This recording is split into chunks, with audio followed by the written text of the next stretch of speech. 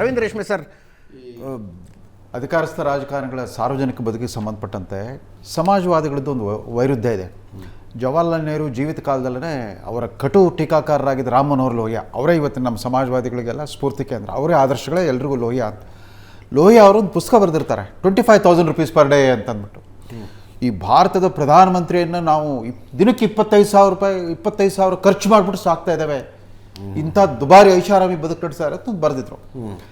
ಮುಂದೆ ನಿಜಲಿಂಗಪ್ಪನವ್ರ ಜೀವನ ಚರಿತ್ರೆ ಬರೆದಾರಲ್ಲ MP ಪ್ರಕಾಶ್, ಅದರಲ್ಲೂ ನಿಜಲಿಂಗಪ್ಪನವ್ರು ಖಾಸಗಿಯಾಗಿ ಇವ್ರ ಹತ್ರ ಹೇಳ್ಕೊಂಡಿರ್ತಾರೆ. ನಿಜಲಿಂಗಪ್ಪನವ್ರು ದಿಲ್ಲಿಗೆ ಹೋದಾಗ ಜವಾಹರ್ಲಾಲ್ ನೆಹರು ಅವರು ಈ ಪುಸ್ತಕದ ತುಂಬ ನೋವು ಅನುಭವಿಸಿರ್ತಾರೆ. ಅವರಿಗೆ ತಮ್ಮ ಪಾಸ್ಬುಕ್ ತೋರಿಸ್ತಾರೆ, ನೋಡಿ ನನ್ನ ಬ್ಯಾಂಕ್ ಬ್ಯಾಲೆನ್ಸ್ ಎಷ್ಟಿದೆ, ನಾನು ಜೈಲಲ್ಲೇ 8.5 ವರ್ಷ ಕಳೆದಿರೋನು, ನೋಡಿ ನಾನು ಹಾಕ್ಕೊಂಡಿರೋ ಶರ್ಟು ಡಾರ್ನಿಂಗ್ ಮಾಡಿದೆ. ಅದರಲ್ಲಿ ಏನು ಬರೆದಿದ್ರು ಅಂತಂದರೆ ಜವಾಹರ್ಲಾಲ್ ನೆಹರು ಡ್ರೈ ಕ್ಲೀನ್ ಬಟ್ಟೆನ ಪ್ಯಾರಿಸಿಗೆ ಕಳಿಸ್ತಾರೆ ಅಂತಂದ್ಬಿಟ್ಟು ಬರೆದಿದ್ರು. ಈ ಥರ ಎಲ್ಲ ಸ್ವಲ್ಪ ಉತ್ಪ್ರೇಕ್ಷಣೆ ಇತ್ತು ಅದರೊಳಗೆ ತುಂಬ. ಆಮೇಲೆ ಜವಾಹರ್ಲಾಲ್ ನೆಹರು ಜೀವನ ಶೈಲಿ ಬಗ್ಗೆ ತುಂಬ ಸಿನಿಕತನದಿಂದ ಬರೆದಿದ್ರು. ಬಟ್ ಜವಾಹರ್ಲಾಲ್ ನೆಹರು ಖಾಸಗಿಯಾಗಿ ನಿಜಲಿಂಗಪ್ಪನವ್ರ ಜೊತೆ ಹಂಚ್ಕೊಳ್ತಾರೆ. ನೋಡಿ ಯಾವ ಥರ ಬಿಂಬಿಸ್ತಾ ಇದ್ದಾರೆ ಈ ಸಮಾಜವಾದಿಗಳು, ನನ್ನ ಬಗ್ಗೆ ಈ ಥರ ಅಭಿಪ್ರಾಯ ಬರೋ ರೀತಿಯಲ್ಲಿ ಅಂತ. ಅವ್ರು ತೀನ್ಮೂರ್ತಿ ಭವನಲ್ಲಿ ಇದ್ದರು, ಬಟ್ ತೀನ್ಮೂರ್ತಿ ಭವನ್ ಮ್ಯೂಸಿಯಂ ಹೋಗಿ ನೋಡಿ ಅವರ ಖಾಸಗಿ ನಿವಾಸದ ಆಂಬಿಯನ್ಸ್ ಯಾವ ಥರ ಇರ್ತಿತ್ತು ಅಂತಂದು. It was both prime ministers office as well as home office come residency ಎರಡೂ ಇತ್ತು. ಅದರಲ್ಲಿ ದೊಡ್ಡ ಪ್ರಮಾಣದ ಲೈಬ್ರರಿ, ಮ್ಯೂಸಿಯಂ ಇತ್ಯಾದಿಗಳು ಜಾಸ್ತಿ ಇತ್ತು ಅದರಲ್ಲಿ.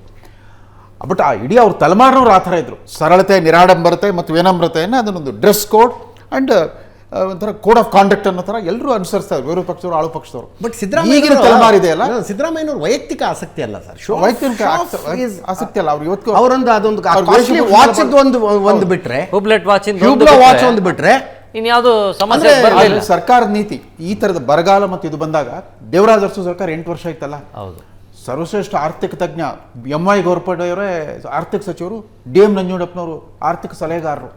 ಬರಗಾಲ ಬಂತು, ಆರ್ಥಿಕ ಮಿತವ್ಯಯ ಅಂತ ಒಂದು ಡೈರೆಕ್ಷನ್ ಕೊಟ್ಟಾಗ ಆಲ್ಮೋಸ್ಟ್ ಆಲ್ ಎಲ್ಲ ಸರ್ಕಾರದ ಅನಗತ್ಯ ವೆಚ್ಚಗಳನ್ನು ಕಡಿಮೆ ಮಾಡಿದ್ರು. ಇದ್ದಕ್ಕಿದ್ದಂತೆ ಒಂದು ವಾರಪತ್ರಿಕೆಯಲ್ಲಿ ಇದು ಬಂತು, ಇಲ್ಲ ಇವರು ರಾಯಲ್ ಸಲ್ಯೂಟ್ ಅಂತ ವಿಸ್ಕಿ ಕುಡಿತಾರೆ ದೇವರಾಜ ಅರಸು, ಅದೇ ದೊಡ್ಡ ಸುದ್ದಿ ಆಗೋಗ್ಬಿಡ್ತು. ಅರೆ ಬರಗಾಲ ಬಂದಿದೆ, ಆರ್ಥಿಕ ಮಿತವ್ಯಯ ಇದೆ, ದೇವರಾಜ ಅರಸು ಸಂಜೆ ಆದ್ಕೊಳ್ಳಿ ರಾಯಲ್ ಸಲ್ಯೂಟೇ ಬೇಕಂತೆ ಅಂತಂದ್ಬಿಟ್ಟು. ಈ ರಾಜಕಾರಣದಲ್ಲಿ ಈ ಥರದ ಪ್ರಸಂಗಗಳು ಬರುತ್ತೆ. ಆದರೆ ಇದು ಖಂಡಿತವಾಗಿ ಜಮೀರ್ ಅಹಮದ್ ಅವರು ಹುಂಬುತನ ಹಾಕೊಂಡ್ಬಿಟ್ಟು ತೋರಿಸ. ಜಮೀರ್ ಅಹಮದ್ ಲೈಕ್ಸ್ ಇಟ್, ಅವ್ರಿಗೆ ಇಷ್ಟ ಅದು. ಹೌದು, ಅದು ಇಷ್ಟ ಇರ್ಲಿ. ನಾವು ಹೇಳೋದು ಅದಕ್ಕೊಂದು ಇದೆ, ಎಲ್ಲರೂ ಯಾರ್ಯಾರಿಗೆ ಇಷ್ಟ ಇದೆ ಹೇಗಿದೆ ಅದು ಬೇರೆ ಟೈಮಲ್ಲಿ ಮಾಡ್ಬೇಕಾಗಿಲ್ಲ. ನೀವು ರಾಜ್ಯ ಸರ್ಕಾರ ಸೂಕ್ಷ್ಮ ವಿಷಯಗಳಲ್ಲಿ ದೆಹಲಿಗೆ ಹೋದಾಗ ಈ ತರ ಮಾಡಬಾರ್ದು. ಸಾರ್ವಜನಿಕ ಶ್ರೀಮಂತಿಕೆ ಪ್ರದರ್ಶನಕ್ಕೆ ಮೇಲ್ಪಂಕ್ತಿ ಹಾಕಿದ ಕರ್ನಾಟಕದ BJP ಮೊದಲನೇ ಸಾರಿ ಅಧಿಕಾರಕ್ಕೆ ಬರುವಾಗಲೇ ನೀವೆಲ್ಲ ಹಿಂಡ್ಗಟ್ಲೆ MLಗಳನ್ನ ಕರ್ಕೊಂಡೋಗಿ 5 ಸ್ಟಾರ್ ಹೋಟೆಲ್ಗಳಲ್ಲಿ ಬಳ್ಳಾರಿ ದಣಿಗಳು ಮಾಡ್ತಾ ಇದ್ರು ಅಂತಂದ್ಬಿಟ್ಟು ದೊಡ್ಡ ಆಡಂಬರದ ಪ್ರದರ್ಶನ ಮಾಡಿದ್ರಿ. ನಿಮ್ಮ ಪಕ್ಷದ ಶಾಸಕಾಂಗ ಸಭೆಗಳನ್ನು ಯಾವಾಗ ನೀವು 5 ಸ್ಟಾರ್ ಹೋಟೆಲ್ ನಡೆಸೋಕೆ ಶುರು ಮಾಡಿಬಿಟ್ರೋ, ಮೊದಲೆಲ್ಲ ಆಳು ಪಕ್ಷ ಶಾಸಕಾಂಗ ಪಕ್ಷ ಸಭೆ ಯಾವಾಗಲೂ conference hall, business 3rd floor conference hall ನಡೀತಾ ಇತ್ತು. ಯಾವಾಗ ಈ ಸಾರಿನೂ ಅಷ್ಟೇ. ಆಮೇಲೆ ಲಾಸ್ಟ್ ಟೈಮ್ ಇವರು ಅಧಿಕಾರ ಕಳ್ಕೊಳ್ಳೋ ಕಾಂಗ್ರೆಸ್ನವ್ರದ್ದು ಶಾಸಕಾಂಗ ಪಕ್ಷ ಸಭೆ ಹೈದರಾಬಾದ್ 5 ಸ್ಟಾರ್ ಹೋಟೆಲ್ ನಡೆದಿತ್ತು. ಅಲ್ಲಿ ಸಿದ್ದರಾಮಯ್ಯ ಶಾಸಕಾಂಗ ಪಕ್ಷದ ನಾಯಕ, ಅದ್ರ ಸರ್ಕಾರದಲ್ಲಿ ಇರಲಿಲ್ಲ, ಉಪಮುಖ್ಯಮಂತ್ರಿ.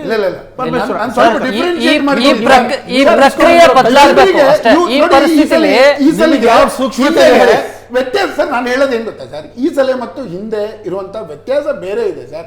ಈ ಸಲ ನಿಮಗೆ ಕಾಂಟ್ರಾಕ್ಟರ್ಗೆ ದುಡ್ಡು ಕೊಡೋಕ್ಕಿಲ್ಲ, MLAಗಳಿಗೆ ದುಡ್ಡು ಕೊಡೋಕ್ಕಿಲ್ಲ, ನಿಮ್ಗೆ ಜಾರಿಗೆ ತರ್ಲಿಕ್ಕೆ ಆಗ್ತಾ ಇಲ್ಲ ನಿಮ್ಮ ಯೋಜನೆಗಳು ಅಂತ ಹೇಳ್ತೀರಾ.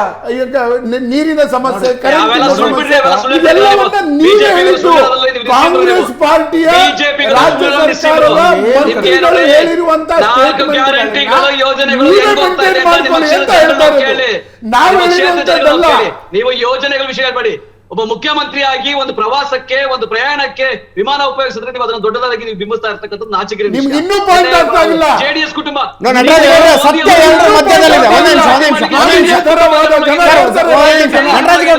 ನಟರಾಜ್ ಗೌಡ್ರ ಸತ್ಯ ಎಲ್ಲರ ಮಧ್ಯದಲ್ಲಿದೆ, ಅದನ್ನ ನಾನು ಹೇಳ್ತಾ ಇದ್ದೀನಿ.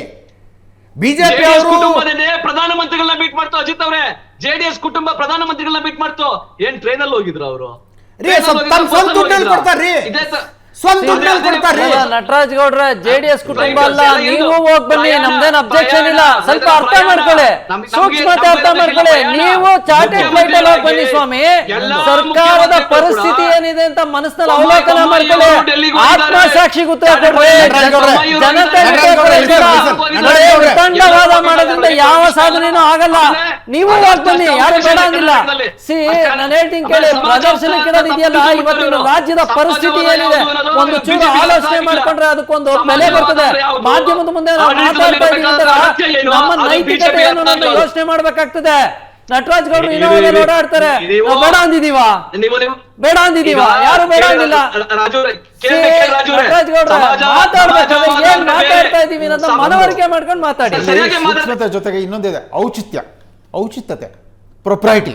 ಓಕೆ, ಪಬ್ಲಿಕ್ ಡೀಸೆನ್ಸಿಯಲ್ಲಿ ಪ್ರೊಪ್ರೈಟಿ ಬಹಳ ಮುಖ್ಯ. ಅಂದ್ರೆ ಔಚಿತ್ಯ ಅಂದ್ರೆ ನೀವು ಪ್ರಹ್ಲಾದ್ ಜೋಶಿ ಅವರು ಎತ್ತಿದಂತ ಅಲ್ಲ, ಪ್ರಶ್ನೆ. ಆ ರೆಗ್ಯುಲರ್ ಫ್ಲೈಟ್ಸ್ ಅಷ್ಟಿತ್ತು, ಬಿಸಿನೆಸ್ ಕ್ಲಾಸ್ ಅಲ್ಲೇ ಓಡಾಡಬಹುದಾಗಿತ್ತು. ಬಟ್ ಪ್ರಹ್ಲಾದ್ ಜೋಶಿ ಅವರು ಸ್ವತಃ ತಾವೇನೆ ಬರಗಾಲಕ್ಕೋಸ್ಕರ ಪ್ರಧಾನಮಂತ್ರಿಯವರು ಸಂದರ್ಶನದ ವೇಳೆ ನಿಗದಿ ಮಾಡಿದ್ದದಲ್ಲ ಸರಿ. ಅವರು ಕೂಡ ಅದು ಕೋಕ ಆಡಬಾರ್ದಾಗಿತ್ತು. ಇವ್ರು ಬಂದಿದ್ದು ಬೇರೆ ವಿಚಾರಕ್ಕೆ, ಅವ್ರ ಜಗಳ ಬಗೆಹರಿಸ್ಕೊಳ್ಳೋದಕ್ಕೆ. ಇದು ಸುಮ್ಮನೆ ಬರಗಾಲದ ಬಗ್ಗೆ ಪ್ರಧಾನಮಂತ್ರಿ ಭೇಟಿಯಾಗಿದ್ದು ನೆಪ ಅಂತ ಅವ್ರು ಹಾಗೆ ಮಾತಾಡಬಾರ್ದು.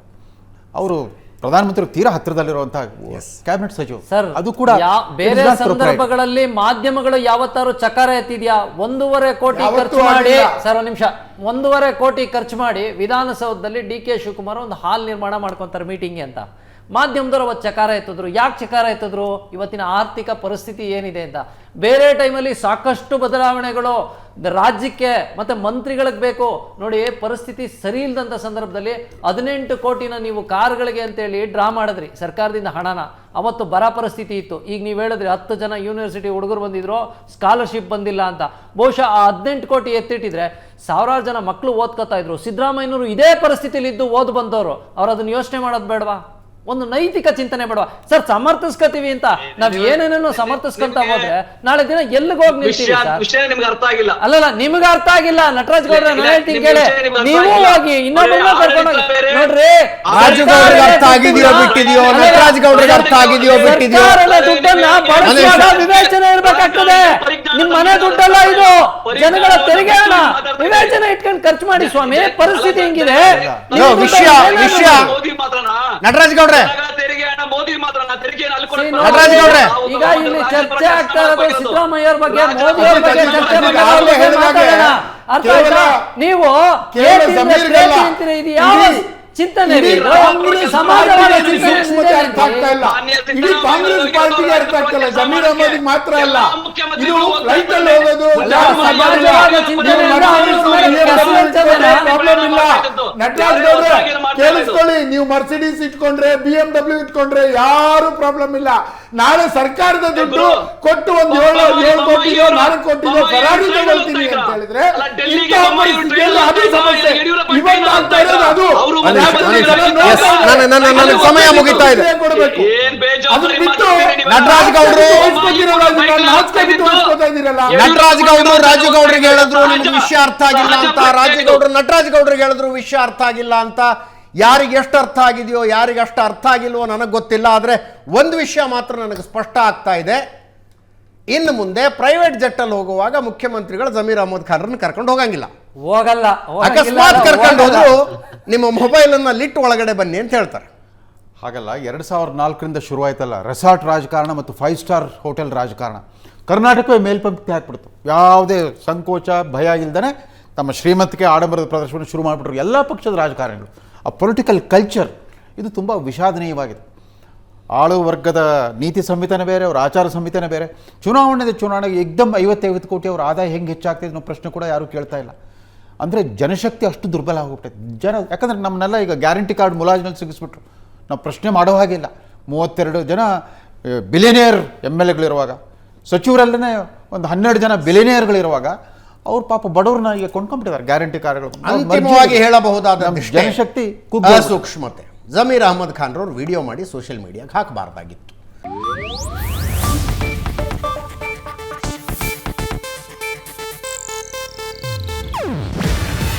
ಇದು ಏಷ್ಯಾನೆಟ್ ನ್ಯೂಸ್ ನೆಟ್ವರ್ಕ್ ಪ್ರಸ್ತುತಿ. ನೀವು ನೋಡ್ತಿದ್ದೀರಾ ಏಷ್ಯಾನೆಟ್ ಸುವರ್ಣ ನ್ಯೂಸ್.